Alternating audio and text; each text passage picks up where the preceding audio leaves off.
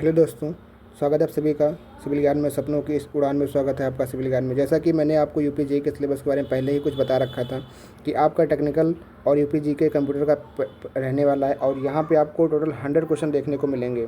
मैंने आपको पहले ही बताया था और आज आपका ऑफिशियल सिलेबस आउट हो चुका है और उसमें भी यही बातें लिखी हुई हैं।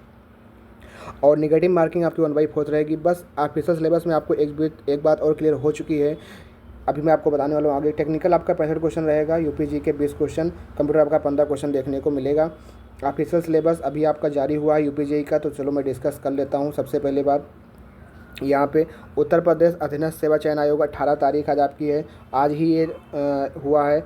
तो ये लखनऊ के विज्ञापन संख्या परीक्षा 2024 4,412 पदों के लिए जो आपका था, ये सारी बातें यहाँ पे पाठ्यक्रम जैसे जो किया गया है वो कुछ इस तरीके से आपका रहने वाला है। जिसमें अगर हम बात करें कि यहाँ पे जो आपका है टोटल यहाँ पे जो पाठ्यक्रम का सिलेबस है उसमें ये बताया गया है कि आपका टोटल कुल आपको 100 प्रश्न होंगे, ठीक है। और 2 घंटे की परीक्षा होगी। परीक्षा का जो प्रश्न होगा वो वस्तुनिष्ठ जो आपका बहुविकल्पीय प्रकार का होगा। प्रत्येक प्रश्न 1 अंक का होगा। मतलब आपको 100 क्वेश्चन देखने को मिलेंगे और 100 ही मार्क के रहेंगे। कितने मार्क के रहेंगे? 100 मार्क के। एक क्वेश्चन 1 मार्क का रहेगा। निगेटिव मार्किंग कितनी? 1/4 की रहेगी। जैसे आपका SSC JEE CBT 1 होता है, ठीक है।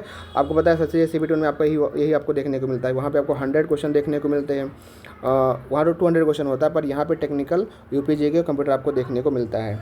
अब ये परीक्षा के जो डिफरेंट तरीके हैं, जो आपका सिलेबस है वो आपको कुछ इस तरीके से डिस्ट्रीब्यूटेड है। आप इसको देख सकते हैं आसानी से कि यहाँ पे आपको क्वेश्चन जो भी आपके चीज़ें सब्जेक्ट हैं उन सब्जेक्ट को डिवाइड कर दिया गया है कि आपका जैसे कि ये तो पूरी हिंदी भाई। सामग्री की मजबूती एवं संरचना का सिद्धांत, ये आपका जो थ्योरी ऑफ स्ट्रक्चर वाला पार्ट होता है, ठीक है, जो जिसको हम लोग स्ट्रेंथ ऑफ मटेरियल कहते हैं, सोम, ये आपका है। तो इंग्लिश में देख लेते हैं, इंग्लिश में ही देख लेते हैं। ये देखिए, ठीक है। यहाँ पे देखते हैं, यहाँ पे आपको बात लिखे कि स्ट्रेंथ ऑफ मटेरियल, जैसे स्ट्रेंथ ऑफ मटेरियल है आपका कितने नंबर का आएगा, तो 5 क्वेश्चन यहाँ से आएगा। नंबर ऑफ टोटल मार्क कितने? 5 ही रहेंगे। RCC आपका जो होगा सबसे ज़्यादा यहाँ पे प्ले रोल करेगा, जहाँ पे 10 क्वेश्चन होगा और 10 नंबर का आएगा, ठीक है। और कंक्रीट स्ट्रक्चर से स्टील मशीनरी एंड स्ट्रक्चर आपका जो होगा 5 नंबर का आएगा और 5 ही क्वेश्चन यहाँ से देखने को मिलेंगे। एस्टिमेशन कॉस्टिंग से भी 5 नंबर के, सॉइल मैकेनिक्स से भी आपके 5 नंबर के ही आएंगे, ठीक है। तो यहाँ पे सबसे ज़्यादा इंपॉर्टेंट आपका जो है RCC यहाँ पे हो जाता है। आगे देखते हैं, आगे भी कुछ सब्जेक्ट बचे हैं। जैसे सर्वेइंग है आपका, तो सर्वेइंग भी आपका 5 मार्क्स का देखने को मिलेगा। ट्रांसपोर्टेशन इंजीनियरिंग भी आपके 5 नंबर के देखने को मिलेंगे।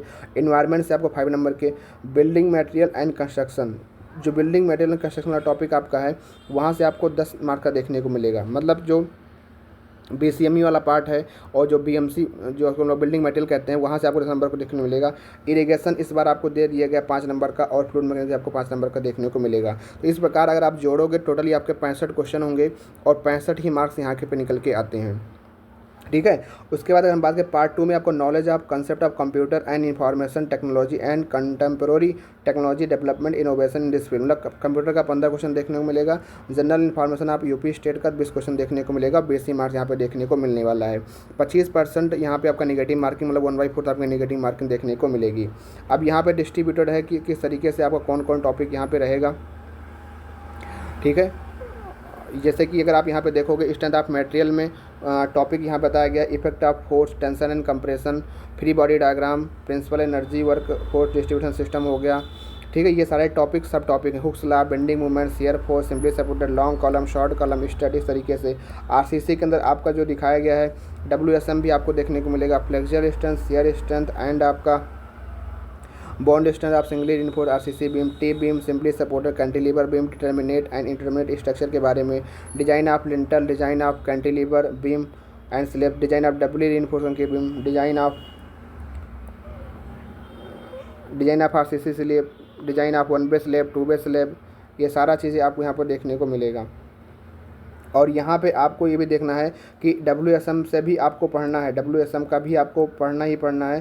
प्लस यहाँ पे introduction to design based on limit state method, मतलब आपको लिमिट स्टेट मेथड और WSM दोनों ही तरीके पे आपको दोनों ही चीज़ों को आपको पढ़ना पड़ेगा, ठीक है। प्रीस्ट्रेस कंक्रीट भी आपको यहाँ पूछा गया है। स्टील मशीनरी स्ट्रक्चर में इस तरीके से आपको पूछा गया है। Estimating costing, soil mechanics foundation में कौन सा टॉपिक है, सर्वेइंग का सारा टॉपिक दे रखा है। इस तरीके से ट्रांसपोर्टेशन का भी आपका सारा टॉपिक दे रखा है। इन्वायरमेंट का भी दे रखा है, बिल्डिंग मटेरियल एंड कंस्ट्रक्शन का टॉपिक जो आपका है वो भी आपको यहाँ पे दे रखा है। ठीक है, किस तरीके से आपको है, ब्रिक्स वाला है।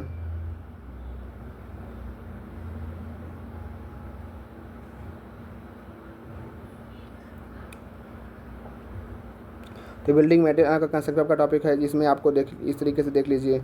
ठीक है, सारी चीज़ें यहाँ पे है, आपको जो चीज़ें हैं सारी चीज़ें यहाँ पे बता दी गई हैं कि इसके अंदर कौन सा टॉपिक आपको पढ़ना पड़ेगा। ठीक है, इरिगेशन एंड इंजीनियरिंग का टॉपिक जो है आपको ये के टॉपिक यहाँ पे पढ़ना है, वो भी आपको दे रखा है। यहाँ पे आपको हाइड्रोलॉजी का भी कुछ टॉप पार्ट इसमें देखने को मिलेगा, जैसे कि ये देखो रेन गेज हो गया, रन ऑफ रेनफॉल हो गया, कैचमेंट एरिया हो गया, तो इसी में आपका मिक्सअप में आपको देखने को मिलेगा।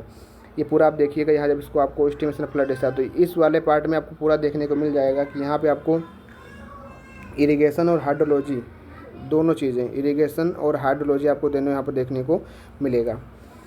फ्लूइड मैकेनिक्स के अंदर आपको देखने को मिलेगा, फ्लूइड मैकेनिक्स आपको यहाँ पे लिख दिया गया, पर इसके अंदर आपको जो है पंप, हाइड्रोलिक मशीन, ओसीएफ और आपको ये सारा टॉपिक इसी के अंदर देखने को मिलेगा।